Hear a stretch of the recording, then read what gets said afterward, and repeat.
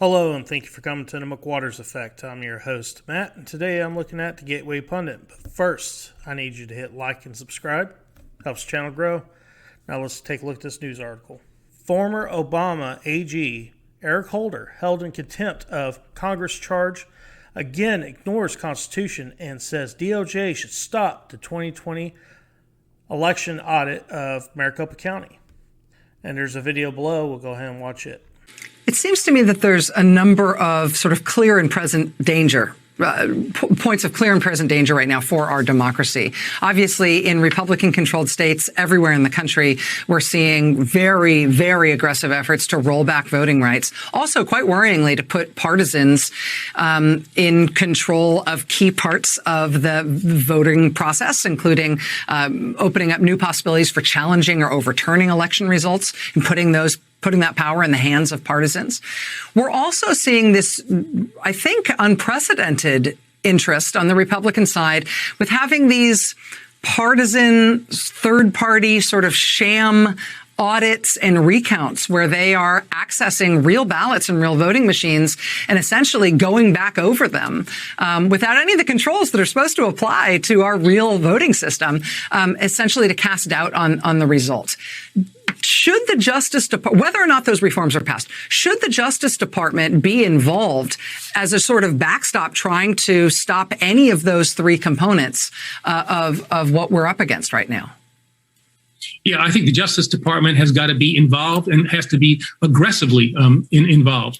You know, that fraudit that is going on in Arizona now might seem, for whatever reason, as something that Republicans want to support for short-term gain. I don't know exactly what it is, but it clearly will do long-term damage to our democracy if it raises in the minds of people in this country doubts about the effectiveness, the integrity of our electoral system. Let me be clear. There is absolutely no indication that the last election was conducted in anything other than an appropriate way.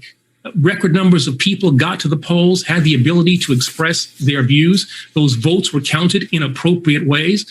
Republican state officials responsible for the counting of the votes did their jobs well.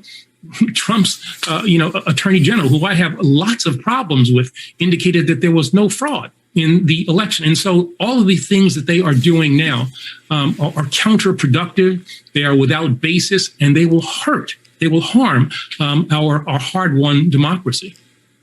But isn't there something beyond that, though? Knowing that they are hurting our democracy, knowing that they are inappropriate and unwise, as the way you described, is a criticism of them for doing it. But shouldn't there be somebody who's stopping them? It occurs to me that when Pam Karlan, who is acting as the head of the Civil Rights Division of the Justice Department, sent a letter to Arizona warning them that what they were doing in that fraudit, as you described, was illegal, was a violation of federal law in terms of the way that ballots and voting machines are supposed to be handled, that should have been followed up with some sort of action. Otherwise, it's essentially the case that they're flouting federal law without paying any sort of price for it. Yeah, I mean, to the extent that there are violations of federal law, or the suspicions that there are violations of federal law, given the nature of what it is they're trying to do, the consequences from what they are trying to do, the Justice Department has got to be aggressive.